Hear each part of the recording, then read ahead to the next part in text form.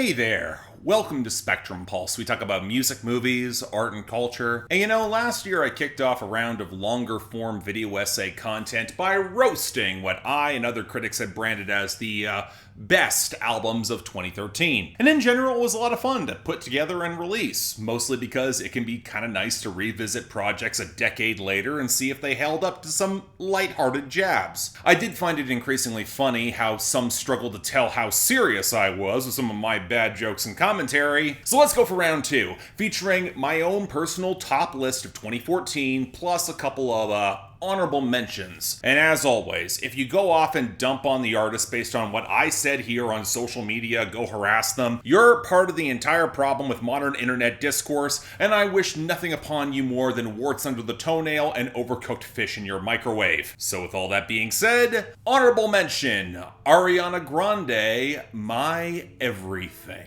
I find it very funny that Ariana Grande started her more mature and evolved sophomore project with a lead single riding the star power of one Iggy Azalea, who will not be making this list because, quite frankly, it would be punching down. Ironically, she might be the only rapper who doesn't completely humiliate themselves here outside of maybe Nicki Minaj, who also will not be appearing on this list for the Pink print because, again, punching down, given the verses from Big Sean, A$AP Ferg, and a truly disastrous one from Childish Gambino, all of which surrounds an album that is a bit of a genre-blurring clusterfuck running on a lot of over-singing and the best songwriters money can buy. To mixed results. Now, it is deeply funny that her song Love Me Harder, with a little upstart, you might have heard of him, he's called The Weeknd, it might easily be her best. They will both go on to finish the decade rather strong, and then never pick their best collaborations as their singles. Honorable mention from Ariel Pink, Pom Pom. If his 2012 album wasn't a clue that the wheels were coming off the Ariel Pink train rather quickly, this should have been the next warning shot. But not to worry. Famous January 6th attendee and Tucker Carlson guest Ariel Pink delivered a smeared over, deeply ugly pop album embracing the whole indie sleaze tagline, how it's not illegal to be an asshole, as a vaguely self-aware deconstruction of celebrity culture where he may have written his own epitaph. At least that's what I would have thought until I discovered that he's actually still releasing music that looks to be excruciating enough to fall back into obscurity. Frankly, there are few things more revealing of the true nature of celebrity ugliness than releasing a song called Cancelled in 2022. And when you go into the albums in his back catalog and you find one called Ku Klux Glam, I don't know, maybe we should have all seen this coming. Honorable mention from Aelia Banks, Broke with Expensive Taste. I'm willing to accept that I perhaps did not fully appreciate Aelia Banks' appeal when I first reviewed her back in 2014. Hey look, Ariel Pink's actually on this too. And I'm willing to get a lot more sympathetic as she initially got a very raw deal from her label, where surely any number of future signings would showcase a lot of artistic growth or talent worth caring about in all those future albums. Okay, let's keep it real. If you're more well known for some admittedly hilarious social media beef than the one decent album you released a decade ago, the messy problem might be you. It's easiest to be the smartest person in the room when you're the only one there. Yes, I'm aware of the irony. Honorable mention from Beck, Morning Phase. The sequel to Sea Change that replays and expands much of its arc and promptly got forgotten by pretty much everyone except the Grammys. So naturally, this won for Album of the Year and beat the self-titled album from Beyoncé, and we very nearly got a second Kanye West incident. And unlike Taylor Swift, he did not make Beck famous. Indeed, it's a little bit uncanny how much it seems like Beck and this album have been broadly ignored by rock history in recent years. Hell, that might have been the sacrifice that he needed to make to get the hell out of Scientology. Honorable mention from Behemoth, The Satanist. Ah yes, one of the more critically beloved metal albums in 2014, ignoring how Nurgle was embracing total edgelord nonsense, and marginally less importantly, all the music stopped being remotely good. But this prompted me to go back and actually listen to The Satanist proper, check to see if it's held up at all, and look, I don't know. If you think for someone trying so damn hard to provoke you, you would have something beyond some bog standard and really overproduced blackened death metal that wants to evoke so much evil Satanism via the most boring, bog-standard Anton LaVey-esque inversion of Catholic prayers and Bible quotes. I get that part of the appeal was Baby's first edgy black metal album. Aw, isn't it so cute? But frankly, modern-day Ghost is more interestingly satanic than this. Honorable mention from Eric Church, The Outsiders. Now, this is the album that gets wildly overrated for a lot of good intentions than its execution, mostly by folks that are somewhat familiar with either country or progressive metal, but can only theorize on what the fusion might sound like. And Eric Church had the industry clout to actually experiment in 2014 alongside partner in crime producer Jay Joyce, and then make a wonky catastrophe full of oversold outsider preening that's way too convinced of its own macho swagger to remember fun things like song structure, or competent mixing, or any sense of self-awareness, especially for a singer who has never really had enough power to sell it on record. He's much better live. It's made all the more frustrating because, in retrospect, there are a decent share of great ideas and good songs here that got marginally better on future albums. But Jay Joyce produces them with the subtlety of a dying jackhammer, where you almost forget the Tool-esque breakdowns, or the multiple rap verses, or the attempted industry commentary that at best feels very played out, and at most rather hypocritical and embarrassing. And for some reason, this is the Eric Church album the non-country mainstream embraced.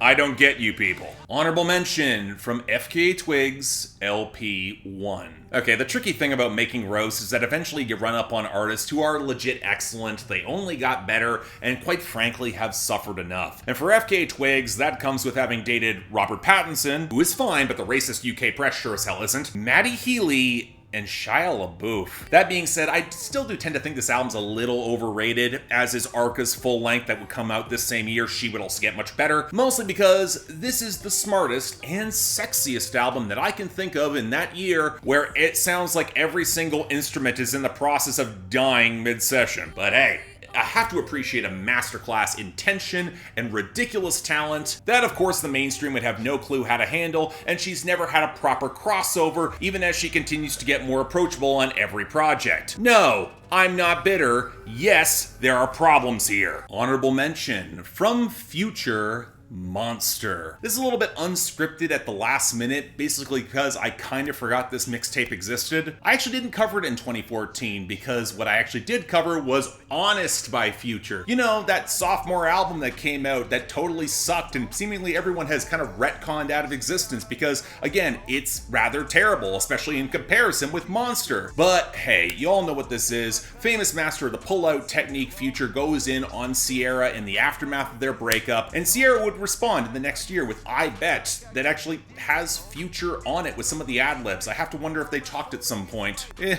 actually think that song's better than most of this project. Go figure. Honorable mention from Ice Age, Plowing into the Field of Love. Proving that you can indeed rip off 1980s Nick Cave and the Bad Seeds / The Birthday Party for a pretty great album and build a pretty solid cult fan base given that they're excellent live, and surely that would spark several interesting albums and a memorable career in years to come, right?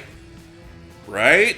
Honorable mention from Lana Del Rey, Ultraviolence. You might think that since I have at least come around to understanding Lana Del Rey, that I might find her earlier work marginally better than when I first started my, let's call it charming relationship with her music and the fans in 2014. Then you realize that Ultraviolence was the album that had her sloppiest vocal performance, including plenty of that baby voice cooing, then drowning out in washed out reverb and faux psychedelia, and surprisingly ham-fisted lyrics given where she's at now, where eventually I stopped caring about any of the darker implications about what any of this is glamorizing, or whether it is satire or ironic one way or the other. Even if the hazy mess is all part of the point, and of course none of this is for me, she later proved able to make music that had mass appeal and worked around many of these themes. I don't buy that excuse, especially when there are plenty of women at the time who did better, and I said that. And I could reassert my assertions that the melodrama feels lifeless, and what folks say ironically, they often believe unironically, to say nothing of the audience that took all of this album straight.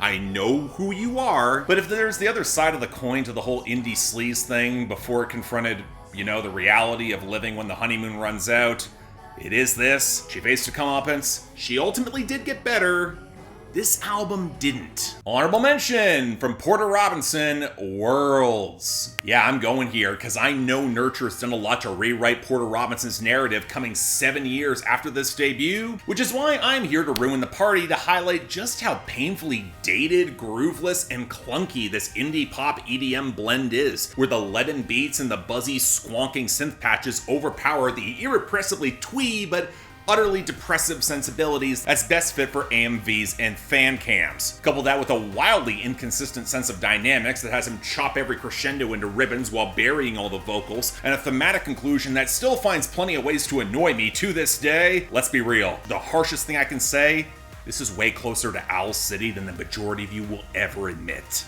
Honorable mention from Real Estate, Atlas. Figured I would mention it here because otherwise the vast majority of you would forget this existed, which feels apropos for a band titled after something the vast majority of us cannot afford. Honorable mention from Sun Kill Moon, Benji. It's very revealing that allegations only truly ruin the long-standing indie cultural darlings when the music stops being good. Although with Mark Kozlak being one of the more notorious singer-songwriter assholes of his era, I'm still kinda stunned it took this long. Meanwhile, I stand by the assessment I made nearly a decade ago that Benji has always been wildly overrated, an overlong and sloppily performed project full of dollar store psychology where we're supposed to be in such awe of the raw yet ultimately self-serving assessments of the deaths of people around him because of how they impact him as a writer rather than any sort of deeper observation of a truth or even a non-truth. This was an observation that Lena Dunham played for laughs on girls, and it gets a lot harder to stomach when the allegations reach double digits. Honorable mention from Taylor Swift, 1989. Yeah, I'm going there. Because at this point, Taylor Swift has reached such ubiquity that no roast I give of her will move any needles. But let's try anyway, with the full-on pop pivot and the desaturated percussion over melody approach when she's not cribbing notes from Lana Del Rey or Bleachers. Now this album's always been wildly uneven, I said so at the time. For every style or Out of the Woods, there's a Shake It Off or Bad Blood, with the re-release in 2023 revealing that A, the bad chunks of this album have aged like ass, and B, even the better moments that were leaning on production, you probably don't want to shortchange that. I personally find it very revealing that the best song here was always Clean, the uncredited collab with Imogen Heap, but hey, you know what? At least it's better than Red. Honorable mention from U2, Songs of Innocence. Honestly, I've got very little to say about this one. It's fine for what it is. Got way too much backlash being kind of lukewarm on it at the time. If they had not partnered with Apple to put it directly into everybody's iTunes, I do not think as many people would have cared. Unless, of course, you're Rolling Stone, where they promptly surrendered any credibility they had left by putting this at their #1 on their albums list that year. Yeah, that happened. The Springsteen album that came out that year was #2. Honorable mention from Weezer, Everything Will Be Alright in the End. Why does the album that feels like a desperate saving throw from a band that's realized they've written themselves into a corner, that by embracing nostalgia, some very broad confessional honesty, and exposing the faintest attempts to grow up and some of their better hooks, they can maybe inject one last spark plug into the goodwill into their careers? And then they would completely squander it for the next decade with a slurry of interchangeable gunk that's most notable for bad memes, taking weird pot shots at better artists, a whole lot of whinging, collaborating with AJR, and, as of recently, creepy allegations. What might be more alarming is that none of this is all that surprising. What's more disappointing is that their fan base has enabled them for this long. And finally, honorable mention from YG, My Crazy Life. I remember the folks who flat out told me this was going to be the hood Good Kid Mad City, a comparison that strikes me as painfully reductive because Good Kid Mad City is one of the best albums of the 2010s, and YG was riding the hype of Toot It and Boot It for an extremely loose concept where he seems much more interested in his dick than any sort of deeper subtext. And hey, nothing wrong with playing to the basics. That's why you get DJ Mustard to produce the majority of this album, because of course this happened in 2014, especially if you wanted to date it to exactly 2014. But when Still Brazy comes out 2 years later with a lot more to say and way better G-Funk production, it illuminates just how hollow My Crazy Life was. Naturally, Still Brazy had little in the way of crossover hits. YG went back to the basics for the rest of his career.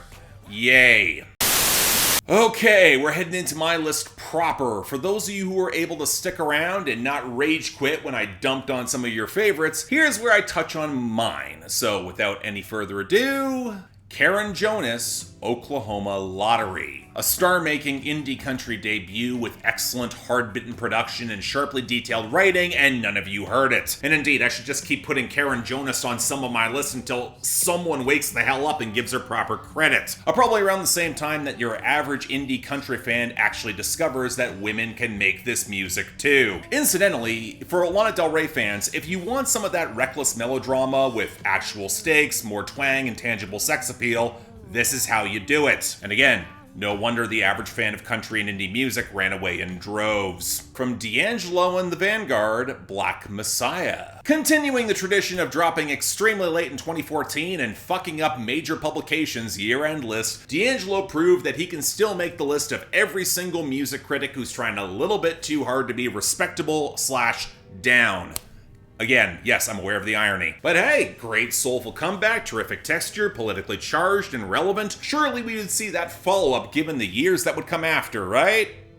Right? From Epica, the Quantum Enigma. The point at which this long-running symphonic metal band seemed to realize, you know what, we've played second fiddle to Nightwish and With Them Temptation, and we certainly make much smarter albums than them, especially in a year where With Them Temptation thought it was a good idea to bring on Exhibit for a song, even if I still find that song wildly entertaining, so why not go for broke here? And indeed, this album is ridiculously strong, endlessly entertaining despite all the drum triggers, and it fits alongside every metalhead grad student who really wants to have philosophy discussions after the set alongside a joint that you probably should not smoke. It's more than just weed in there. From Sunday Best, Bring Up the Sun. This entry was actually going to be a little bit bittersweet at first, given that this indie country duo put out a second album that same year, tried to capitalize on momentum, and it was sadly nowhere near as good because they actually got rid of the cajon. They opted to ignore their amazingly underrated ability to write some distressingly sad music for a bunch of very chipper, upbeat songs that you could ship alongside bro country. It was 2014, that happened. Now, of course, it went nowhere. They broke up 4 years later, and hey, they got back together for an album called Feel Good Country, where once again, the best songs were their most sober and melancholic because apparently they still didn't get the message. Whatever, they're back, and for all of you newfound indie country fans who discovered Zach Bryan this year, y'all can listen, just saying. From Clipping. Always amused with the surprising number of albums deconstructing mainstream rap in 2014, Clipping also thought it was a good idea to bring some bangers and some of the most experimental production from acts not named Shabazz Palaces or Death Grips, and even they didn't turn an alarm clock into one of the most intentionally annoying and effective beats of the year. It's wildly colorful, actually pretty funny if you pay attention, leading a catalog full of so much acclaim in rap music. Isn't it nice to know the vast majority of people will only know Daveed Diggs as playing Thomas Jefferson in Hamilton, the self-titled album from Always.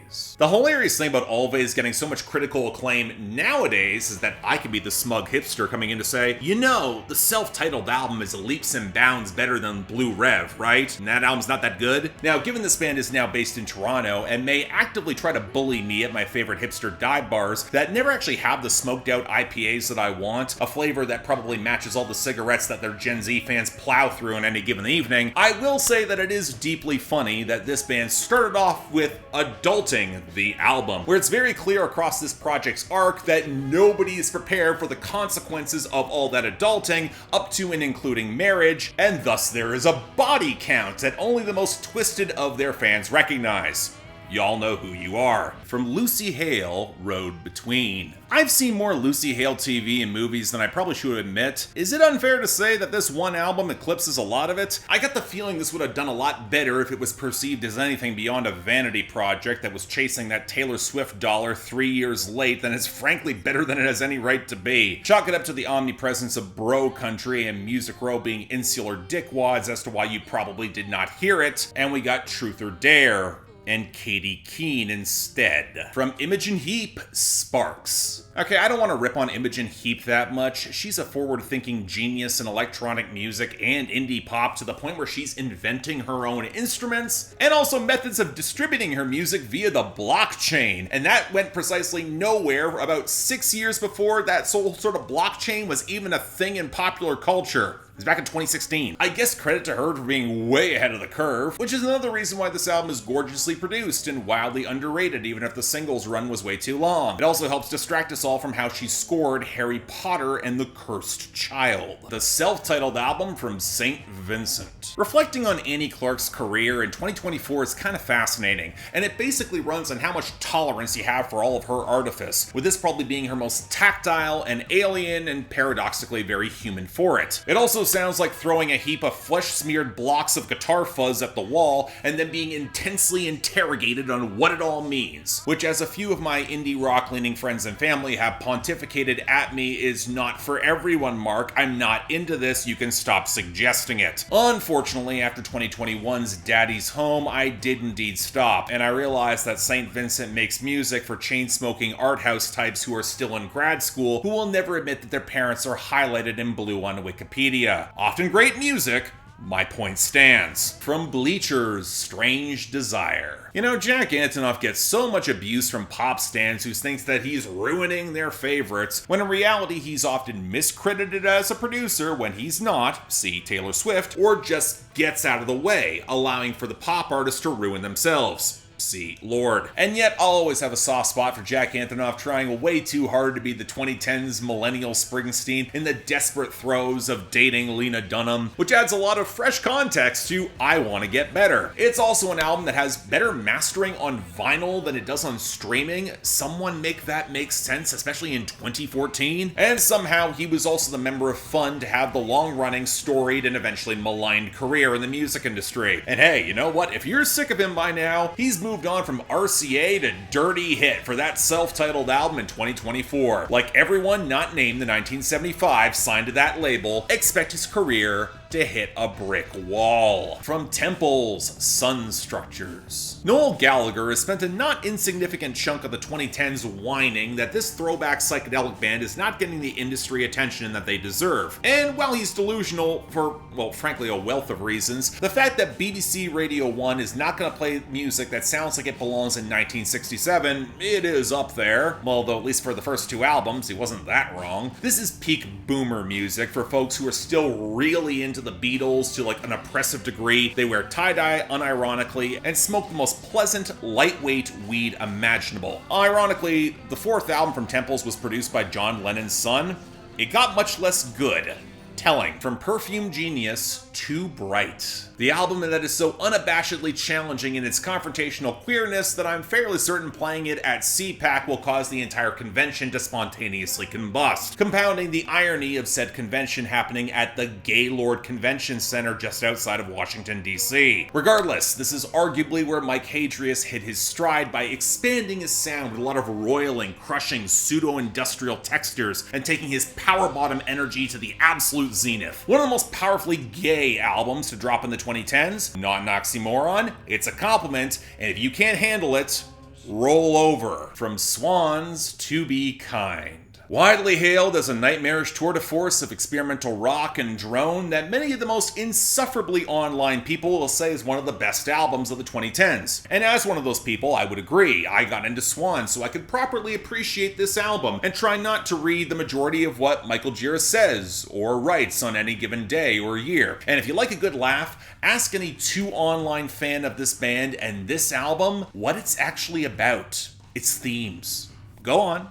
I'll wait. From Freddie Gibbs and Madlib, Pinata. Ah yeah, famous rapper, actor, and noted colonoscopy recipient teams up with an underground producer legend to move away from his brand of trap music to make the most serious and mature album of his career. Likely his best if you feel like annoying that side of hip-hop Twitter that loses their shit if there's no hi-hat triplet or trap snare or hype beast rage bounce around. It proved to be the career revival that was genuinely thrilling to see, so long as you didn't pay attention to his off-band Instagram, the mid-2010s allegations, the eyebrow-raising politics, and the beef with Benny the Butcher that was frankly exhausting for everyone. But hey, at least on the topic of DJ academics, he's been on the money there. From Gotthard Bang. Yeah, this one's on me. Gotthard was a little Swiss hard rock band that kept trying to kick ass long past their expiration date, and Bang is indeed the best album that they would make with their second singer Nick Mater, provided of course you like deliberate throwbacks to hair metal's awkward 90s transition. And after multiple albums where the hype definitely petered out, yeah, even if there's a part of me that definitely adores this, chalk it up as another boomer pick from yours truly, like with Deep Purple the year before, and I don't even know who the hell I was trying to impress with this.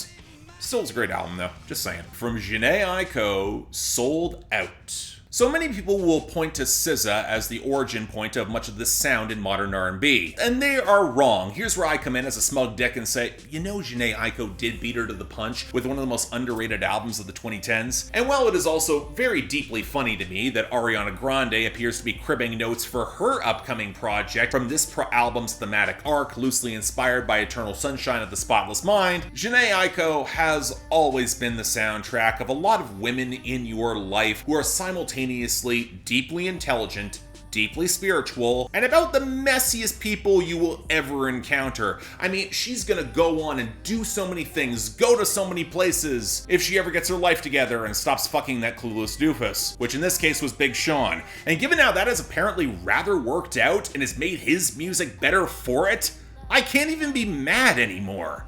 God, that's annoying. From Sage Francis, Copper Gone. So this is the album for all the old heads who want to flex on all the kids now and say, you know, we had real emo rap back in our day. Apparently missing the message that Sage Francis would learn in growing the hell up and not picking fights with children. Now, I'll always have a soft spot for this guy, given that he was kind enough to record a second interview with me back in 2019 for Resonators after my first interview got corrupted, where he literally told me, good, you can get to the real questions now. And his projects with B. Dolan and Epic Beardmen are far less of a joke than they might be made out to be in the marketing. So naturally, everyone seems to have ignored them, including all those old heads. Again, I don't get you people. The self-titled album from Casualties of Cool. The ambient country album for fans of neither genre, by a Canadian extreme metal musician and a pop soul singer that is unquestionably unique and only slightly incomprehensible amidst a trip to the moon and a deconstruction of all the daddy issues. This is an album for deep music nerd bullshit. Sup. That sadly Devin Townson hasn't remotely come close to matching ever again. But hey, there's all that talk of recording a sequel that will totally happen soon, maybe, alongside the return of Strapping Young Lad and a Ziltoid sequel that doesn't suck. Apparently Shay Amy Dorval is coming around to help record. Let's hope that Bob Rock is not producing. We can only hope. From Poets of the Fall, Jealous Gods. Noted Alan Wake's soundtrack band proves that after a career standout, they can indeed make an airy, feel-good pop rock album that irrevocably splits the fanbase. Another project I think I may have overrated at the time. It's a little bit of a mess in spots. You can definitely tell this band's got a formula where the pop pivot was probably not the change-up that they needed. But hey, compared to their 2016 album, at least they kept the production in-house this time. Also, for no good reason, there has never been a vinyl pressing I can find of this album. No joke there, it's just deeply annoying in the completionist way that they should really fix with the 10th anniversary pressing. I'm practicing manifestation here. From Sturgill Simpson, Metamodern Sounds in Country Music. It's always struck me as deeply funny that Sturgill Simpson, of all people, may have been the first to realize of the trio that music media anointed as the indie country saviors of the genre, including Chris Stapleton and Jason Isbell, it was always going to demand systemic fixes and he'd rather fuck off and do his own thing. Now this is manifested in Grammy nominations, acting credits, Joe Rogan collaborations, wildly inconsistent production and mastering, and a pair of bluegrass covers albums that are way better than they have any right to be. Meanwhile, this album is probably standing as his best, perfect for his target audience of insufferable hipsters, sup, who understand every single weed and cocaine reference but cannot be bothered to figure out what metamodernism is. From the war on drugs, Lost in the Dream. So in the grand tradition of winsome indie albums that are melodic and deeply charming, even as you have no goddamn clue what they're actually saying because this dropped in the era where a lot of the lyric sheets were by no means guaranteed, this is where Adam Granducio realized that by getting rid of Kurt Weill, it meant they could actually write songs with actual hooks, while embracing a much more windswept brand of Americana that would unfortunately become the rage for the rest of the decade. Now this is dad rock for the dad boys having a dad day where the dad beer and the cheap whiskey is plentiful. The conversations about old Bob Dylan records everyone should have rightly forgotten are plentiful, and everyone will inevitably start complaining about the failures of their various Midwestern NFL teams that haven't won shit in years, if not decades. This is the band that gave themselves the whitest possible name that when Morgan Wallen starts bringing them up in radio interviews, the DJ gets nervous, and somehow they've wound up as the good guys. Funny how that happens. The self-titled album from Hosier. The funny thing with Hosier is that he didn't much see a career revival last year, as the long crusty Tumblr and TikTok fandom reached critical mass in between the fanfic featuring Aragorn, Thor, and Noah Khan, who have perused multiple dark academia Pinterest boards, may have attended a Renaissance fair once, and always make their tabletop role-playing games just a little bit too horny. I just find it deeply ironic that this is probably the most blues or soul this entire fandom ever bothers to listen to, although I will give them credit for getting that this is by far Hosier's horniest and most flagrant album. And one of his albums actually repeats Dante's Inferno and goes to hell. And it was his debut.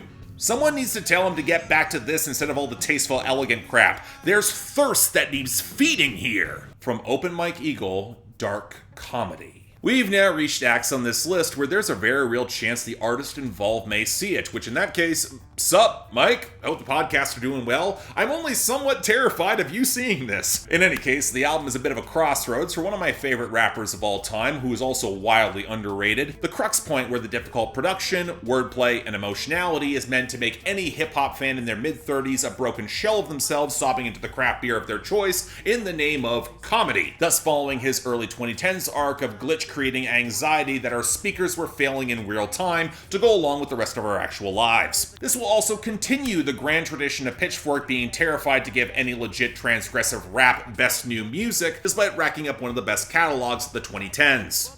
I think the joke might be on them. From Jason Eady, Daylight and Dark. It probably says more than it should about where I was in my mid-20s that this was my go-to walk home from the bar album, where a man 15 years my senior writes about his very messy situation, a lot of lived-in road stories where top-quality writing and production disguise just how much of a fuck-up he may truly be. All the more funny given that his wife, Courtney Patton, contributes a song to this album called We Might Miss Each Other, where two exes are deliberately trying to not see each other going to the same bar. And yet, for as much as this can be marketed to the depressed indie country snobs who should really go back to the meetings because their friends, family, and children are starting to get concerned, hey look, not to worry. This album also ends with a collab from Evan Felker, the Turnpike Troubadours, and Hayes Carl with the most obnoxious bro-tastic song of all of their careers. But hey, at least Jason Eady's cover of Whiskey and You is better than the original writers. That original writer's Chris Stapleton, by the way. From Run the Jewels 2. On some level, I can appreciate the irony that both Pitchfork and I had the same best album of 2014. And then when you realize that this fiery, highly confrontational rap album isn't nearly as controversial or built for systemic change as you would hope that it would be, starts making a lot more sense. And indeed, there is a part of me that's attempted to expand upon what I said about the first Run the Jewels album. This is the project for all of those hipsters who were actually not spooked by the politics. They went to precisely one protest and made that and their favorite leftist streamer their entire personality online, when it gets weirdly awkward when you bring up how Killer Mike's Black Capitalism arc has not really changed nearly as much as everyone seems to think it has, which adds a very different shade to all the conspiracy theories he references on Lie, Cheat, Steal. Admittedly, it is kind of hard to riff on one of the best albums of the decade that, provided you put down the spliff and turn off Adult Swim, you may find a solid primer on a lot of revolutionary action. But you know this. You're choosing to watch me instead, because YouTubers are not organizers, the content you consume is not praxis for direct action. Act up, get involved locally in grassroots, turn this video off.